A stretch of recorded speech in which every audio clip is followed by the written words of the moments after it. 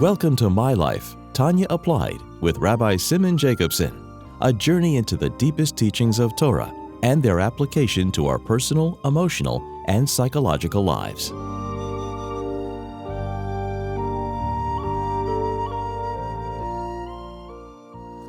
A good tevach, a good week. We continue our journey in the life-changing Sefer Tanya.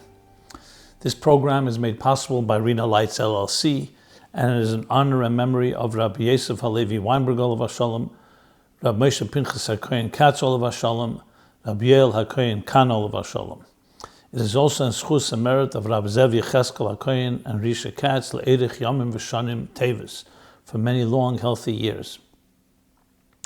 With the war raging in Eretz Yisrael, it is also in merit and schus of the holy soldiers standing on the front lines, protecting and defending the innocent men, women, and children of Eretz Yisrael.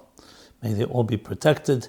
May this nightmare come to an end, and may we finally and permanently experience total peace for Nesati Shalom Ba'aretz.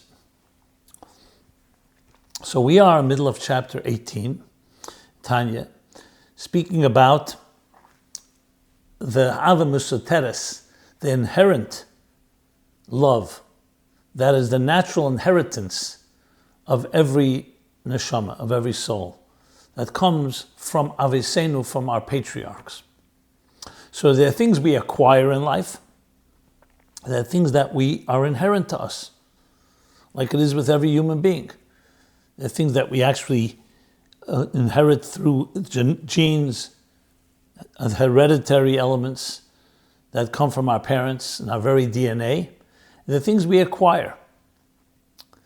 Now, the interesting thing is, though something that is inherent seems to be so fundamental to us, but if you want something to permanently and affect and permeate a person, there you need the acquired efforts of our minds and our emotions, as he explained in the first part of Tanya, meaning the earlier chapters, starting from chapter 3, that when we contemplate Chachma and then Bina and with Adas, which means we bind ourselves and we concentrate and we connect to the divine, how God is Mamal Kalam, a Sevav Kalam, and Kula Kamei Kalachashiv, as he explained there.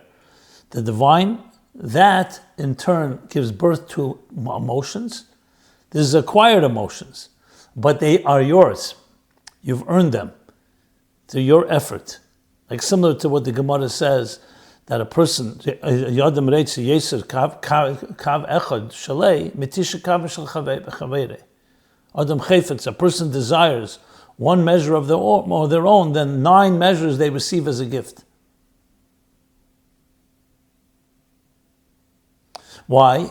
Because even though 9 measures you can buy more, purchase more, but it's a gift. It was given to you as a gift. It's not the inherent. It's not that which you have acquired, that you have made yours, that you have owned. So the Alter Rebbe continues and explains how by a Beinani, which is Midas Kol Adam V'Acharei Kol Yadam Yimshach, that is the personality that all of us are born with, and that we strive toward. That the effort of a Beinani is one where he contemplates and uses Moyach Shal Talav, which is inherent. The Moyach Shal Talav is inherent, meaning his capacity of his mind to control his heart. But what's not inherent is the emotions that are born through that, the love and reverence of God, that in turn transforms this person into a Beinani. And that's why Korav Elecha Dover Meid B'Ficha B'Lvav Chala Seisei. It's accessible. It's reachable. It's achievable. It's relevant to him. It's not something that is beyond his capacity, but he needs that effort. That's his bonus, that contemplation. In that contemplation, we learn there's several levels. There's a contemplation that brings a full, fervent, passionate love in the fullest sense of the word, where a person completely is what he called Ava Bizgalus Libe. That in turn creates that type of emotional connection to God. That's one level. But then there's a level of a person who cannot reach that type of fervent, vibrant, fervent love and reverence. So he needs what we call the contemplation leads to Ava Mesoteres, not the same Ava Mesoteres we're talking here, in his mind, and Talumes Liboy, that it is, he appreciates and understands the value of loving something. And that brings him to actions. And that too makes it Karev Elecha Dover Be'ed Befichel B'Lvavcha, and also B'Lvavcha, La'asese, because the Levavcha is leading to La'asese, as we learned earlier in chapter 17. That is all the acquired love and reverence that comes through our effort. The Eved Elikim that he spoke about in chapter 15, the work we do, the constant work, the strain, the effort, the strenuous effort. But then he comes to explain in chapter 18 what's the meaning of the word Ma'od. But in the process of explaining Ma'od, as I explained in the previous classes, he also discusses L'Tesru's beer, Bayat Heitev, Milas Ma'od. You're also coming to understand another resource that we have. And that also explains why it's Ma'od. It's very reachable, very achievable. Why? Because there's that element of Ava Mesoteres. And that's where it says, Tzorech Leider Namona. We should recognize with certainty. Ki af misha daitek tzoreh b'yediyas Hashem. And now we're talking about a person who has limited understanding of God's greatness. And he lacks the ability to meditate in a way that it should affect him. So he has no ve'en lei lev lahavin. He has no heart to comprehend the greatness of the blessed infinite God. So you would say, okay, so then it's not Karev Elecha Dover Me'ed Befichel B'Lvavcha La'asese. So he says no. Even if he cannot produce, not just a fervent love, abizgalos libe, even if he cannot produce a limited love, which is a discernment in his mind and understanding alone, and talumas libe, that he appreciates and that it's worthy to love God, it still be said for everybody, not just for someone that has this level of contemplation. So how is that possible? So the answer is, it's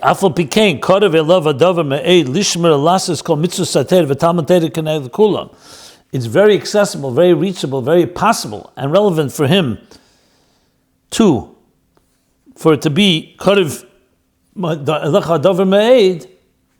practice Torah mitzvahs and befiv ubelvove mamish in his mouth, so both an action la'asese, but also beficha ubelvovcha in his mouth and in his heart. And he says ubelvove mamish in the true sense of it. Mu'umka deliba, in the depths of his heart. Be'emes lamite, in the truest possible way. With love and reverence. Or we should actually say, in full sincerity, with with reverence and love, actually. Why? Because shehi ava mesoteres shebelev kol Yisrael. Because now we're bringing into the picture an ava mesoteres, an inherent love that's in the heart of every Jew and every Yisrael. She'yirushalayim aveseinu, which emphasizes why it's part of us, because it's coming from aveseinu. So now we have another element here. Because of that inherent love, it's true it doesn't have the quality and the ownership and the integration that comes from the personal work that a person has by contemplating and the acquired love, but it has the element of being part of who you actually are. So you could say Karev Elecha Dover Me'ed, also B'Lvavcha, and Ma'od, because it's inherent in you. So the truth is we want the combination of both qualities, the inherent love and the acquired that comes through the contemplation. But even if a person cannot reach it through the contemplation and the emotions that we spoke about earlier, he has able to fan the flames of his pilot flame that's inherent in him. But to understand this, and we're summing up what we've learned, actually, to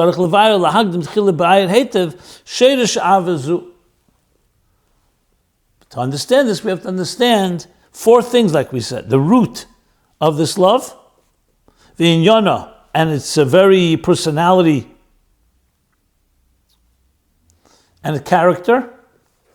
The Eichi Yerushalanu, and how it's a love that became our inheritance, how it's an inheritance. The Eich Nichel Bogam Tchilu, and how it also incorporates reverence. So some of these questions that he's mentioning will be discussed in later chapters. So he wants to discuss what exactly is this love. And Va'inyan, he continues, because the Oves Hein Hein Markova. Our patriarchs, they were the Markova. They were like a complete subservient chariot vehicle to godliness. And as such, they were zeichet to something. Because of their total dedication and subservience, al kein zochol lahamshich nefesh ruach neshama libneim achareim ad elam. It wasn't just something for them, it became part of their DNA. To be able to draw down for all subsequent generations of their descendants forever. It says clearly, achareim ad elam, forever and ever. A nefesh ruach neshama, because remember the neshama is made up of many components. So not just one component, the nefesh ruach neshama, which is the functional and conscious soul, dimensions of soul within us. That what? That it should be coming, that Esses spheres, the Gdusha Sheba Arba Ilmas, that originate in the 10 spheres, the holy spheres of divine spheres, because the souls originate and their faculties mirror the divine attributes that go through the four worlds of Atzilus, Bri, Yitzir, V'Asiyah. L'kol echad ve'echad k'fi madregosei k'fi ma'isov. To every one of their children, to every one, according to their soul level and according to their deeds. So you see here both things. Again, if you think about it, the soul level is inherent. The deeds is acquired. So in both elements, in both aspects, this is what the Ovis gave us the power to do. They gave us the actual, that inherent love within us. Each one according to their level, because no one has there's no two souls that have the same level. And according to the deeds, that means our deeds can access this even more so than what we have inherently. But the ability to do so comes from the Ovis. So now we have another tool, another resource. In other words, till chapter 18, you could argue that if you want to have Karvei Lechadov made b'fichel b'vav chalasei, there's one way. The derech harucha k'tzara of contemplating and awakening and stimulating and arousing and giving birth to emotions and all the different levels there, that would be the way. He's now saying there's another way. There's another way, and that is accessing this inherent love. That's part of who we are. That allows us to experience this element of bilvavcha, karev me'ed bilvavcha. Then we continued learning. We continued learning further. He spells it out. Al kol ponim means no matter what, at any rate. Afilu lekal shebekalim, meaning no matter how you actually spell out the level of the person and their deeds, the bottom line is something comes in the DNA to every child of these others, of these patriarchs. So he continues, Afilu lekal shebekalim, even the unworthiest and Upeishi Yisrael and most sinful Jews. And we discussed Kal Shebekalim, the many different meanings in that. Nimshach, they draw down bezivugam, by their marital union, because they too will give birth to their children, but they have the DNA of their parents, the patriarchs, the others. So mezivugam nefesh, the malchus da asiyah. So at minimum, al koponim, like he said, at minimum, it may not have the highest levels of ruach and neshama, and of the higher levels of the spheres, but the spheres, remember, go from chachma to malchus. And in the worlds, it's Atzilus to Asiyah. So Koponim, they draw down the nefesh of Malchus of Asiyah. And to just explain what that means. In the levels of spiritual dimensions, it's not just a few levels. Generally, we speak about 4 worlds and talk about 10 spheres. But we know in each one of them is multi-levels. There's the Atzilus within Atzilus, there's the Bria within Bria, the Bria within Atzilus, there's Yitzira within Atzilus, there's Asiya within Atzilus. Same thing with the spheres. There's Chachma, and there's Chachma within Chachma, and Bina within Chachma. So when we talk about these structures, we're talking in general terms, we talk about 4 worlds and 10 spheres. When you talk about the highest levels, it would be Chachma of Atzilus Sheba Atzilus, for example. I should add that the spheres themselves also break into categories like the worlds. Every world has 4 categories of spheres, 4 groups. There's Chachma, there's Bina, there's Zoh, the Midas, and there's Malchus. Chassidus explains from Kabbalah that Chachma associates with Atzilus. In Atzilus, Chachma of Atzilus, Bina is like Bria of Atzilus. That's why we say, it says like this, Bina mekanno b'kursaya. Bina is wedged. Or nests, I should say, not wedged. Knots is wedged. Bina rest is nests, mekanno b'kursaya. Kursaya means kisei, the world of Bria. Zoh, Mides, is mekanno b'yitzira. It nests in Yitzira. That's where its primary force of Midas is in Yitzira. And Malchus is mekanno b'asiya. So you have here both from the perspective of the worlds and the perspective of the spheres, levels within levels. So when you want to talk about the highest level, you speak about Chachma of Atzilus Sheba Atzilus. When you speak about the lowest level, you speak about Nefesh. Nefesh, the Malchus, the Asiya. Not just Nefesh, the Nefesh. Nefesh, Ruach, and Neshama also correspond to these levels. Nefesh is usually Nihi, the lower spheres, or Nihim, including Malchus sometimes. Ruach is the Midas, associated with Yitzira, and the Neshama is the Moichin, Chabad, associated with Atzilus. If you want to break it down more, it's Bina, associated with Bria, and Chachma with Atzilus. So when you say Nefesh, the Malchus, the Asiyah, we're saying that everyone is connected all the way to the root.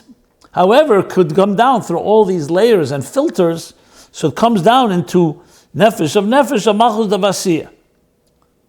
When we're talking about the Kal Shebekalim and Peish Yisrael. The Rebbe points out that when it says Nimshach b'zivugam, even though the literal meaning, the obvious, the ostensible meaning is zivugam of the Amis, the Kal Shebekalim and the Peish Yisrael, but you could also interpret b'zivugam, the zivugam of the Oves. Their union drew down the neshamas that would come to every soul, including these lower levels of souls, at least from Nefesh to Nefesh HaMalchus Asiyah. But either way, the point is that even if it comes down to lowest, shehi madrega tachtena shebegdusha asiyah. This is the lowest level of holiness in the world of Asiyah. Okay, so now we understand and we can explain that what we're discussing here is karev elecha dover me'eh to everyone. Because if you said that what's inherent, the inherent love is only going to a higher level of neshamas, we're back to the question: how could you say karev elecha dover me'eh b'ficha b'vavcha l'asesa and everyone?